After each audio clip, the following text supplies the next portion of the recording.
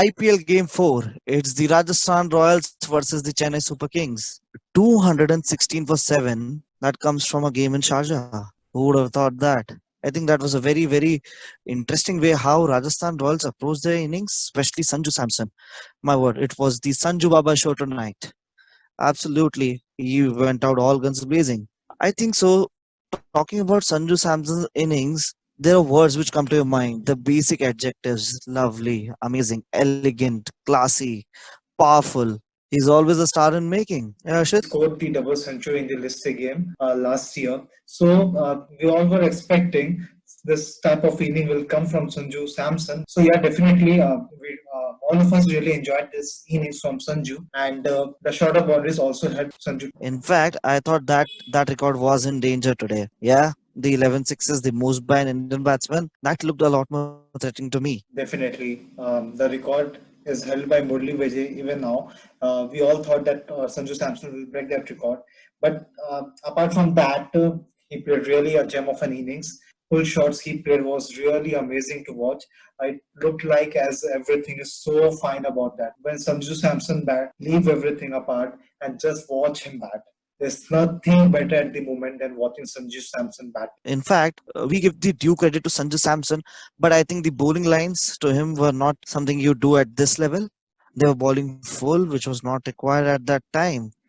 And they took a lot of time to figure it out. I Yeah. think that was the major issue which I felt from this game. The spinners, they bowled too full to him. Yeah, even I was shocked. Like experienced bowlers like Piyush Chawla and Jadeja were bowling too full to him, and they were bowling wicket to wicket. As we already mentioned before, that the boundaries were really short, so it helped Sanju to clear the fences easily. And as we saw that once the spinners were removed and Lungi and Gidi was back in the attack, we saw the wicket. So maybe if the change were made earlier in the inning, you could have seen a wicket perhaps earlier. Yeah. Yes, Darshit. In fact, now talking of the partnership between Steve Smith and Sanju Samson, finally Steve Smith coming out of the concussion episode. See, but he did seem rusty. Okay, in the beginning, I did felt that he is into a good groove and he's playing his shots well. I wanted to see a more of Steve Smith. To be honest, with his caliber, should have done better with his strike. A strike rate of 140, 145 plus looks decent with somebody like Sanju Samson at the other end. But he could have finished it well. So I look forward to see more of Steve Smith. Definitely, Shubham. We all expect Steve Smith to bat much better at a much better strike rate because even I was shocked to see Steve Smith opening the batting this time. I was expecting Robin Thappa will open the batting with Yashasvi Jaiswal, but obviously something Rajasthan Royals camp must have been talking about this thing that the strike rate issue of Steve Smith. So it will be interesting to see once Josh Butler is back.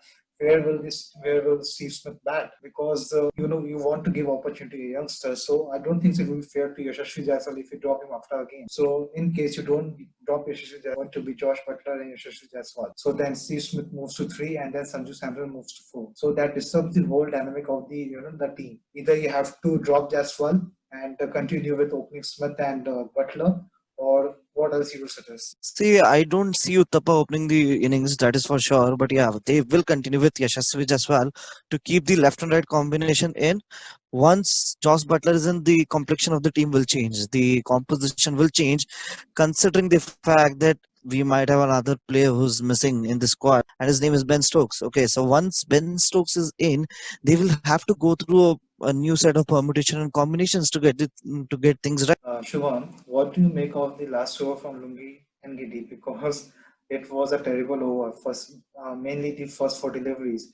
Jofra was smashing him all around, all around. No one expected that. Oh no, Arshad, I did expect it that with that length, it was in the slot. All three balls were in the slot, and then you're making gigantic errors by bowling no balls in the 20th over.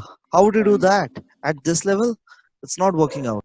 Talking of the Chennai Super Kings innings, I think Watson and Mulli Vijay did approach it really well. That cameo from Shane Watson was helping them, but again, the run rate in that kind of run chase, you have to bat with at least 10 in an over. You were They needed 12 in an over after their first 4 overs only because they ate up all the balls. I'm Uh, not too convinced with what the role of Vijay is in this team. we expect someone of caliber of Vijay to play much better. In the last edition of the IPL, he didn't got much opportunity to play a game or not.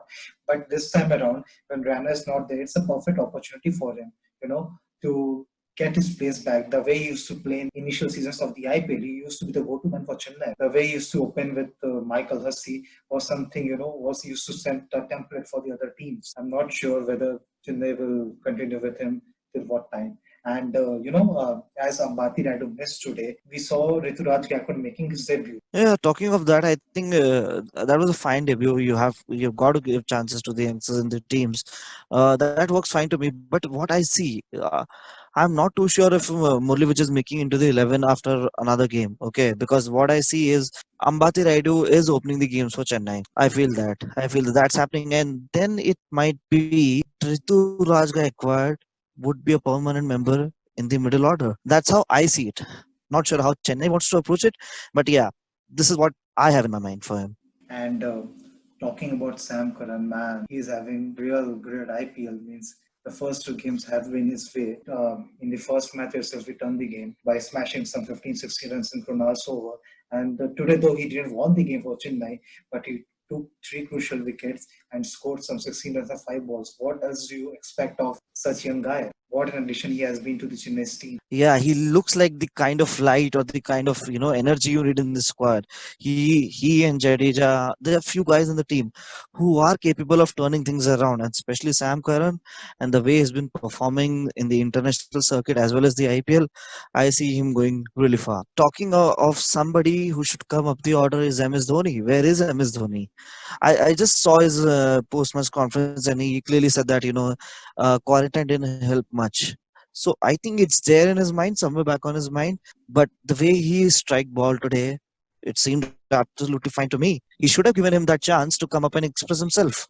Even I wasn't sure what he's trying to do because in the last game as well as we saw Jadeja and Sam Curran getting promoted. Okay, it's a left-right thing. I can understand that. But in this game, the run chase was around 220 runs. So we all expect someone like Dhoni to step up in these chases. If Dhoni would have come early and batted in the last over, we could have seen Chennai getting home. But maybe for another day. In fact, I see there was some dents given to the Chennai Super Kings by Rahul Tewatia. He looked in fine touch to me. The bowling changes, the variations, he was on top of his game today. He seemed like a bowler who could pick wickets for Rajasthan Royals. The approach taken by Rajasthan Royals in the game looked fantastic to me. They went in with two leg spinners. It explains a lot about a team. Okay, they are going in with the mindset to pick wickets and not to stop runs is what my feel is about it. And ultimately, MS Dhoni and Faf du Plessis did cut loose, but it was all too late. If Dhoni would have started, if only he would have started with ball one, I think it would have made that difference.